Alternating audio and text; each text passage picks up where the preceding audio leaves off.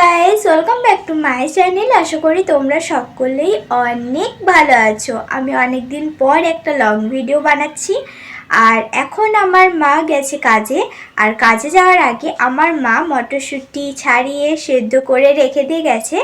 আমাকে শুধু এখন একটাই কাজ দিয়ে গেছে, যে সেটাকে পুর বানাতে হবে।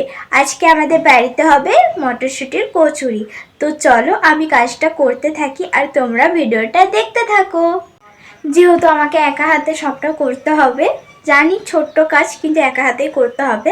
তাই আমি বাইরে অনেক সাউন্ড দিচ্ছে, সরি। তাই আমি ভেবেছি যে আমি প্রথমে যা যা দরকার, হাতা থেকে, খুন্তি থেকে, কড়াই থেকে শুরু করে যা যা প্রয়োজন সব আগে আমি জোগাড় করে নেব। তারপর আমি বসবো সেটাকে বানাতে। আমার সব জোগাড় করা হয়ে গেছে, কিন্তু তার আগে তোমাদেরকে একটা জিনিস দেখাতে চাই আর সেটা নিয়ে কিছু কথা বলতে চাই। এই যে তোমরা এই জিনিসটা দেখতে পাচ্ছ, এটা আমাকে একজন আমার কাছের মানুষ উপহার হিসেবে দিয়েছে। আর সত্যি বলতে এটা পেয়ে আমি অনেক উপকৃত হয়েছি। আর তাকে আমি সামনাসামনি ধন্যবাদ জানিয়েছি, কিন্তু ভিডিওর মাধ্যমেও আমি তাকে অসংখ্য ধন্যবাদ জানাচ্ছি।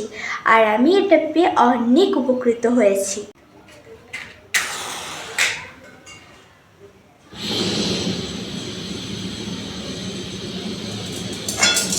এখানে আমি গ্যাসটা ধরিয়ে নিয়েছি, তারপর আমি কড়াই বসিয়ে দিলাম। আর তোমাদেরকে বলে দিই, এখানে যে তেলটা তোমরা দেখতে পাচ্ছ, এটা আগে থেকে আলু ভাজার তেলটা কড়াইয়ে ছিল। কড়াইটা একটু গরম হয়ে আসুক, তারপর আমি এখানে তেল দিয়ে দেব।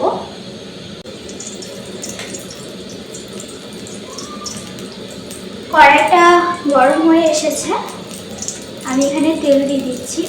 আর আমি বলে দিই, আমি কিন্তু রান্না সেরকম জানি না, তো কতটা কি তেল লাগবে আমি ভালো করে জানি না, তাও আমি আন্দাজ করে দিচ্ছি।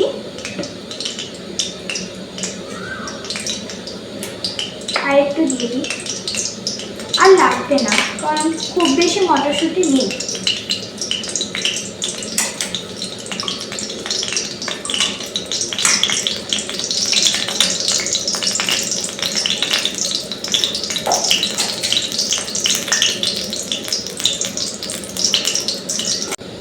আমি গ্যাসের ফ্লেমটা এখানে একটু লো করে দিচ্ছি।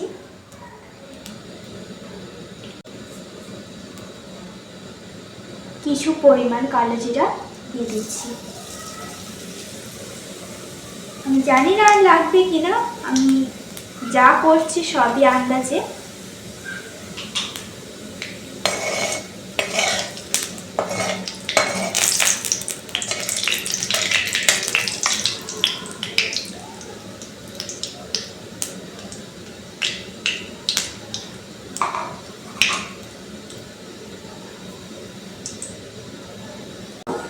তারপর আমি এর মধ্যে দিয়ে দিচ্ছি মটরশুঁটি সেদ্ধ।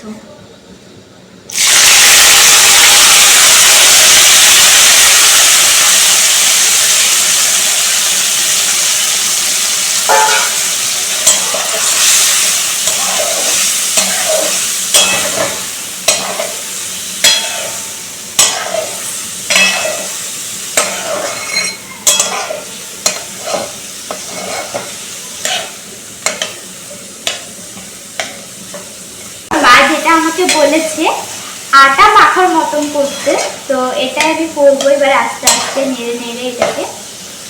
এখানে আমি একটু গ্যাসের ফ্লেমটা আবার হাই করে দিলাম। মা মটরশুঁটিটাকে সেদ্ধ করার সময় অলরেডি লবণ দিয়েছিল, তাই আর আমি লবণ ইউজ করলাম না এখানে।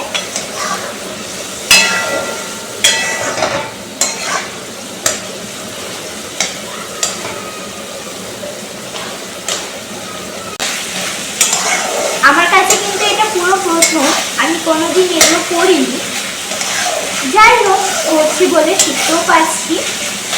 তো চলো এটা এখন হোক, তারপর আমি আবার ভিডিওটা কন্টিনিউ করছি।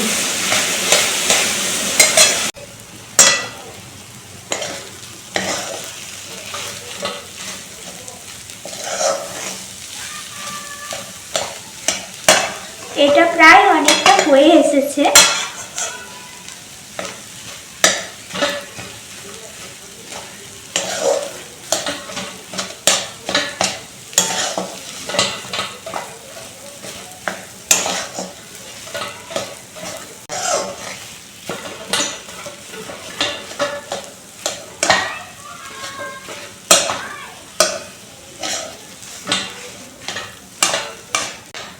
দেখো এটা এখন প্রায় কমপ্লিট। এবার আমি এটাকে নামিয়ে নেব। পুরটা কমপ্লিট করে এখন আমি চলে এসেছি ছাদে জামা কাপড় তুলতে। তো এখানে দেখো আমাদের কালু শুয়ে আছে। কালু, তুমি কিছু বলে দাও আমার ব্লগে। ও এখন খুব বিজি লেজ নাড়তে। তো চলো আমি জামা কাপড়গুলো তুলে নিই। শুধু এখানেও না, এখানেও আছে, চাদর মেলা আছে। আমি এখানে জামা কাপড় তোলার জন্য এসেছি, আর এখানেও আমাকে জামা কাপড় তুলতে দেবে না, ও খালি আমার গায়ে উঠে যাচ্ছে। এখন উঠবে না, ও জানে ভিডিও হচ্ছে। এখন ভিডিও দেখলে ও সব বুঝতে পারে যে কখন ভিডিও করছি কখন ভিডিও করছি না। কিন্তু দেখো আমি এখন জামা কাপড় তুলতে এসেছি, আর এই দেখো পা ধরে নিয়েছে। এখন ওকে আমাকে নিচে নিয়ে যেতে হবে, না তো আমাকে জামা কাপড় তুলতেই দেবে না। তো চলো এখন আমি আগে ওকে নিচে নিয়ে যাই। এই দেখো ওকে এখন আমি নিচে বেঁধে দিয়েছি। এবার আমি ছাদে যাব জামা কাপড় তুলতে।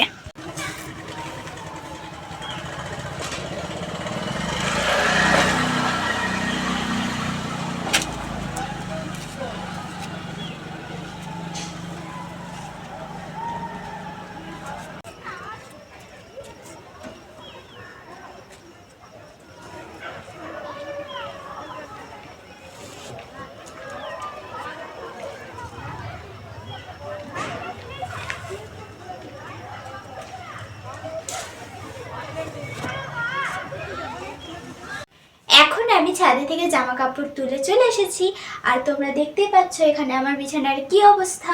আসলে বিছানার চাদরটা আমি আজকেই তুলেছিলাম কাচবো করে, আর কেচেও নিয়েছি, চাদর শুকিয়েও গেছে। আর দুপুরে আমি শুয়েছিলাম, তার জন্য এখানে লেপটাও পড়ে আছে, লেপটাও আমি ভাঁজ করার সময় পাইনি। আর এখানে যে থলিগুলো দেখতে পাচ্ছ তার কারণ হলো আমি একটু আগে ভিডিও বানাচ্ছিলাম, থলিগুলো আসছিল বলে ব্যাকগ্রাউন্ড খারাপ হয়ে যাচ্ছিল, তাই থলিগুলো খাটের উপর নামিয়ে রেখে দিয়েছি। তো চলো এখন আমি বিছানাটাকেও বাগিয়ে নিই। আমার বিছানা গোছানো কমপ্লিট। তোমাদের যদি এই ভিডিওটা ভালো লেগে থাকে তাহলে অবশ্যই লাইক কমেন্ট শেয়ার করে দিও। তো চলো এই ভিডিওটা এ পর্যন্তই থাকলো। টাটা, তোমরা সকলেই অনেক অনেক ভালো থেকো।